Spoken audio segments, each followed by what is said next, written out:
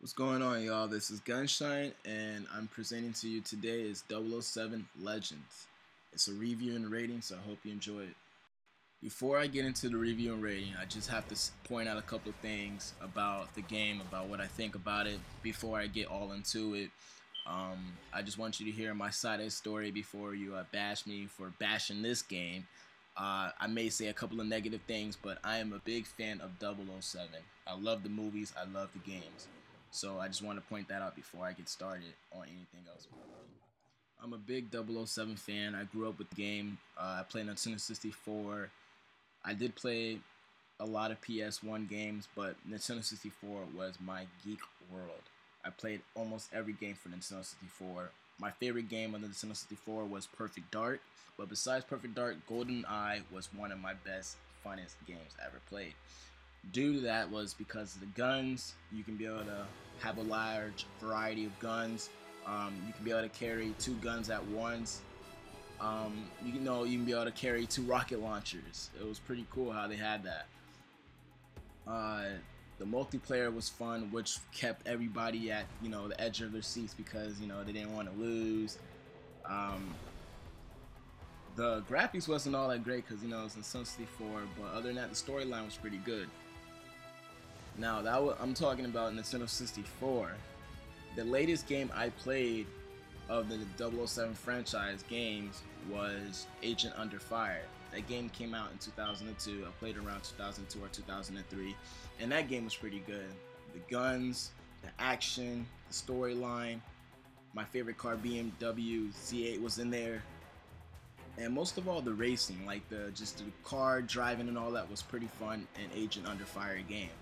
Now, they kept a lot of the same elements of all those games I just mentioned in this game 007 Legends, but there's a couple of things that I did not like, or a couple of things that just seemed a bit off. First, I want to get into the gunplay action of the game, which is the most important part. The gunplay action, I give it a perfect 8 out of 10. Would say it's pretty good. As far as I'm giving the rating game, that's pretty good so far. The guns were a bit stiff when it comes to aiming, so that's a good thing.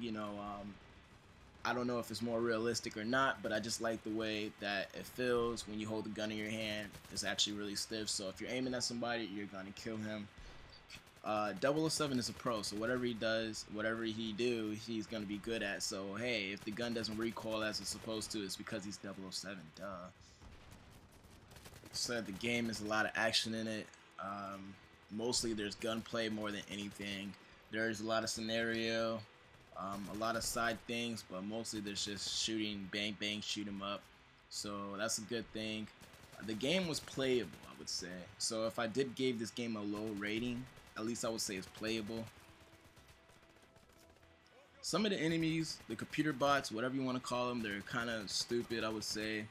They do not follow things like they're supposed to. Some of them are end up in glitches. Even your own teammates end up in glitches where they're just running around randomly doing something. There was a guy, the guy you just saw me shoot just now, he was stuck in that ditch for forever, and I wasn't shooting him because I figured if that guy stays in that ditch and nobody else comes, I can be able to, beat the game, beat that mission, run around him, just keep doing what I have to do. But it doesn't work like that with the 007. You have to kill that guy in order for the next wave of enemies to come after you destroy that wave. Then you can be able to move forward. So that was kind of a drag. I was like, crap, they definitely need to fix that. And I had to put this in the game just to show you what glitch I'm talking about. There's another glitch where, as you can see, I'm like, at first I was like, okay, it says I need to go right here, and I'm here. So I started losing my mind a little bit because my partner is right next to me, but he's stuck behind his wall, just chilling there, not doing much. He's just standing there. He sees an enemy, I guess, but he's just not reacting. He's not shooting at the enemy. He's just there, acting like there's an enemy on the other side of him, so he's trying to dodge him. He's chilling there, while I'm just trying to figure out, using my scientific techniques to figure out what's going on here. So I get frustrated a little bit, do not know what's going on. After that, I decided to do what any other gamer nerd would do, would shoot your noob tube and try to blow some stuff up. see what's going on. I almost killed myself basically trying to figure out what's going on. Now, this type of thing reminds me of Nintendo 64 slash GameCube type of games where stuff like this happens. But it's Xbox 360, 2012, and we still have these problems. Uh, like I said, there's a lot of glitches in the game. I don't know if they just rushed through this game or not, or they just couldn't find what was wrong with it. But I couldn't find what was wrong with this part.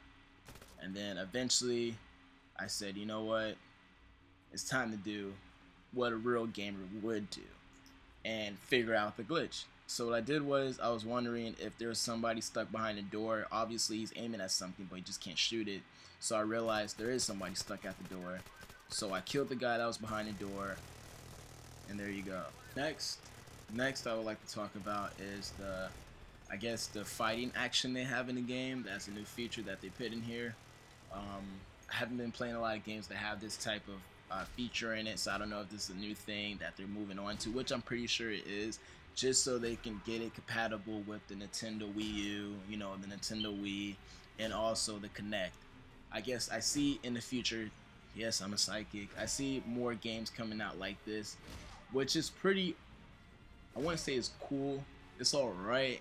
I would say they just need to make it more funner, more competitive, more action-packed.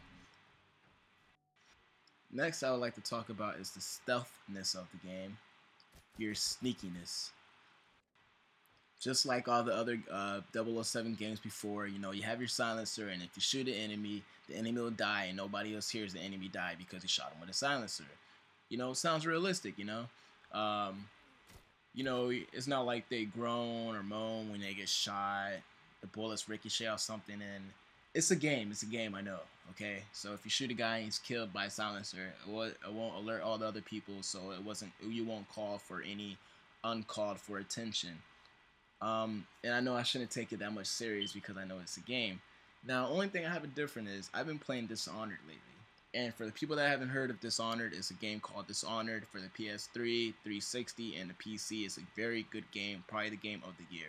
Way better than this game. Sorry to say that. I know that was unprofessional to do that part, but Dishonored was a very stealth game. You had to kill them and hide their bodies so nobody would find it.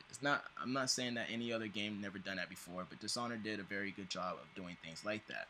Now with the 007 franchise, with the newest game that came out in 2012, you have a shotgun pump, 12 gauge, spaz, and you have a silencer on it, and you shoot an enemy, and right next to him, the other guy doesn't hear it. Not that realistic, I know, but you don't have to hide the body, and they don't see it. I don't get that part. It's kind of weird, it just didn't feel so sneaky, but I mean, the stealthiness was pretty fun of the game. You see a camera, you get to shoot it out with your laser watch. And don't forget, your laser watch is still there. Now, let's get into the weapon customization. Now, this is a new thing they definitely add to the game. Like I said, I haven't played the last 007s, so I'm sorry if I lied and they've done this before. But this seems a bit new to the 007, customizing your guns. And it saves it too, which is pretty cool. You can be able to, if you had an AK-47 and your pistol and another submachine gun, you can be able to customize with reflex lenses, so you can be able to zoom in, infrared lenses so you can be able to see through snow, nightfall, whatever. You got your new 2 grenade launcher, you got your red dot, shotguns, every other gun, you have your silencers. Pretty cool. I added extra points up to that because that was pretty cool what they did right here. You actually have your extended clips too also, and you have your bullets where you can be able to shoot and your accuracy pulls up more better, and your gun plays a little bit more cooler. Your gun has swag now. There you go, and then you just equip what you want on there. Exit out and look at the beautiful guns you have now. Now, another thing is you do have collectibles in this game, so feel free to look around, look for the collectibles, and collect them. No, what are you doing? That's not just any type of statue or anything like that emblem. It's a collectible. Now, last but not least, the gadgets. You still have your gadget, you still have that good old sweat watch. With the laser on it, be able to point at things, surveillance cameras, and point the little watch laser and Boom, there you go. Gadgets are a little bit more complicated to use in this game, which is awesome. Keep it always complicated, people. Never make it just too easy for people. Maybe a little too complicated, maybe. But that's it for the review and rating. I give this game a low 6.8. I'm sorry. The graphics was pretty good. I want to say for all the expressions, but then again, I expect the next game we make to be a perfect 9 or 10. This is Gunshine. This is the review and rating of 007 Legends.